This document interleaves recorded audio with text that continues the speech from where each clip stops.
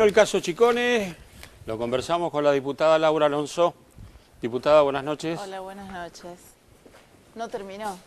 Sí, seguro. Diría que está en los primeros capítulos de varias temporadas. Me da la sensación que para el gobierno terminó. No, para el gobierno no terminó, por ¿No? el contrario. En realidad lo que tenemos por delante es una investigación judicial que sigue avanzando y que sigue incorporando nuevas evidencias en un expediente. Y esto va a continuar. También tenemos muchas fuentes dispersas, personas con información, con documentación que va de apareciendo. distintos sectores, que todavía no aparece, porque en realidad las garantías y la protección a esos testigos o esas gargantas no está dada, no están dadas. Bueno, la Nación trajo otro dato, ¿no? Que hace aparecer a Van der Broek con un contrato con Formosa antes del tema de Formosa. Así es, y es probable que vuelvan a aparecer nuevos datos, ¿no? Que no quedan dudas de eso. Entonces lo que sí hay que pedirle a nuestra ciudadanía es que esté muy atenta y que sea muy paciente, pero fundamentalmente muy perseverante. Yo creo que esta causa puede terminar en una sentencia. Está bien, estamos hablando de la justicia, pero políticamente, ¿por qué cree usted que jugó tan fuerte el gobierno, el oficialismo, para plantear una expropiación que aparte tuvo repercusión en la propia oposición? Hubo gente de la oposición que estuvo de acuerdo. Mire, primero sobre la oposición, después sobre el oficialismo. Hay opositores vulnerables. Hoy lo leía, no sé si fue Alfredo Leuco o qué comentarista escribió sobre, justamente los calificó así. Y en realidad es esa oposición que cuando escucha dos o tres palabras claves como expropiar, estatizar o argentinizar, sale corriendo o nacionalizar y vota. Entonces hace maravillosos discursos épicos contrarios al gobierno y uno se engancha en ese discurso resulta favorable. Y dice, va a votar en contra y vota favorable. Con respecto al gobierno, el gobierno ha tratado de generar una suerte de hecho político para, de alguna manera, contrarrestar lo que hoy la opinión pública mayoritariamente sostiene como el mayor escándalo de corrupción que se conoce de los últimos años y que llega directamente en ese camino al vicepresidente. Ahora, me da la impresión que el oficialismo, después de esto, del caso Chicone, no habla más. No hablaron nunca, en realidad. Bueno, ahora tuvieron que hablar en una sesión. Sí, pero no hablaron nunca del vicepresidente. Hablaron todo el tiempo sí. Muy pocos lo defendieron. Rossi, le diría que los dos jefes de bloque nada Pichetto más. y Rossi, sí. Bueno, pero hay muchos más representantes del oficialismo. La presidenta nunca mencionó la palabra Chicone en todos estos meses. En realidad lo que ellos hacen es negar. Lo que nuestro trabajo desde la oposición es descubrir, es develar, es hablar de este tema para que fundamentalmente la causa siga viva en la opinión pública, porque evidentemente, y más allá de los comentarios que hacía recién Melconian, yo creo que va a ser un tema crucial para la discusión de la elección del año que viene. Usted acaba de mencionar un argumento que yo lo vengo siguiendo hace tiempo. Si esta cuestión de revigorizar el rol del Estado, redefinirlo, plantearlo con la intensidad de este gobierno lo plantea, introducido en una reforma, ¿no llevaría a sectores de la oposición a apoyar la reforma? Bueno, por ahora algunos se han manifestado en contra, como nuestro bloque. Y no, ustedes Macri, y el radicalismo, y pero otros hay sectores todavía han estado en silencio. A ver, el Estado tiene un rol en la economía, pero no es este rol, no es el Estado en YPF expropiando las acciones solo de Repsol, no es el Estado regulando como reguló la concesión del Sarmiento, por ejemplo.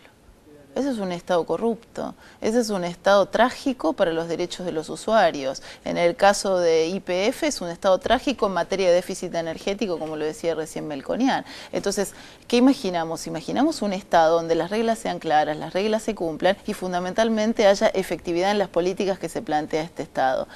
Con servicios públicos concesionados, algunos sí.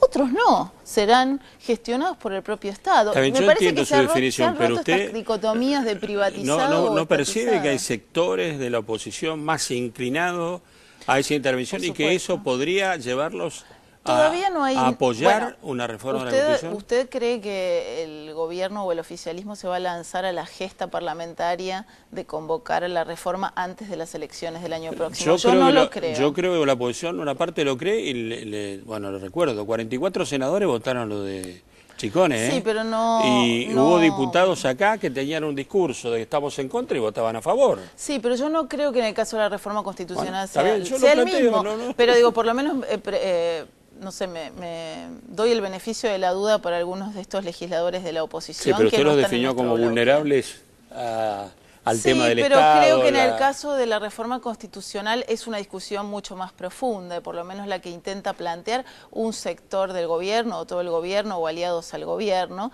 y que pone en jaque no solo la cuestión de la reelección indefinida de esta presidenta o de cualquier presidente, o cambiar hacia un sistema parlamentario que también garantizaría una reelección indefinida de un primer ministro, sino que se pone en duda, o se intenta poner en cuestionamiento, en jaque, la primera parte de la Constitución vinculada a los derechos, deberes y garantías, y fundamentalmente al derecho de propiedad. Digamos, ¿Usted lo ve amenazado el derecho de propiedad en la Argentina yo hoy? Sí, yo creo que en la Argentina hoy nadie es dueño de nada. Usted no es dueño de su auto, yo no soy dueña de mi casa. No creo que llegue y a tanto. Repsol, No. Bueno, a ver, ¿usted pensaba que hace 2 meses íbamos a estar expropiando las acciones de Repsol en menos de 20 días? No, era una alternativa. ¿Usted pensaba que íbamos a estar expropiando Chicone en 10 días? No, eso se sabía, pero bueno, pero eso no es el auto ni la casa de uno.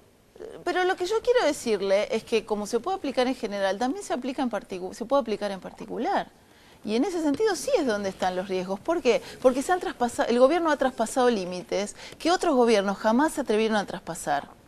Y este gobierno sí los traspasó. Entonces me parece que hay riesgos que no tenemos que permitir que se corran.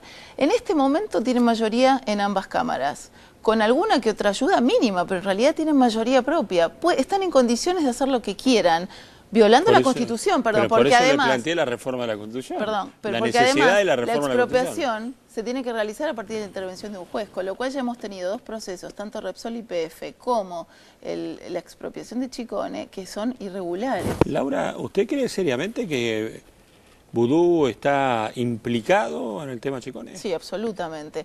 Básicamente porque Vudú firma una nota, que es la 154, cuando era ministro de Economía, y en esa nota, de alguna manera contradiciendo lo que le había recomendado el Departamento de Jurídicos del Ministerio de Economía, le pide a la AFIP que dé lugar o haga lugar a una petición solicitada por Chicone Calcográfica en poder de Diolfan. Eso es tráfico de influencias, eso se llama gestionar favores, eso es un conflicto de intereses, fundamentalmente porque existe una conexión, hasta ahora periodísticamente probada, pero que todos podemos dar cuenta de que existe, entre Van den Broele, el inquilino y el vicepresidente de la Nación. En el curso de ese razonamiento, ¿por qué cree que la presidenta, de ser así, lo protege tanto, Vudú?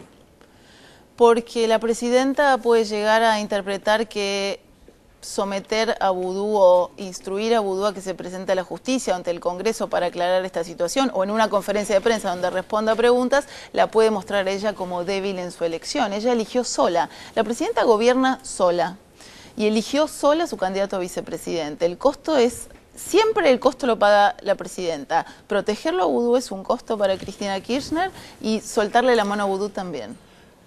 Para volver al principio, y esta es la última, ¿no terminó el caso Chicone? No terminó para nada. Pero no terminó porque hay una causa judicial o no terminó también políticamente. No terminó políticamente. Hay pedido de juicio político al vicepresidente desde inicios de año. Eduardo Amadeo, que creo que está aquí en el programa en el próximo bloque, es uno de los firmantes del pedido de juicio político. Yo soy vicepresidenta de la Comisión de Juicio Político. El caso Vudú no está terminado ni en la justicia, donde continúa, ni en el Congreso. Los expedientes y los pedidos de juicio político están ahí. Y cualquier ciudadano que quiera presentar un pedido de juicio político puede hacerlo.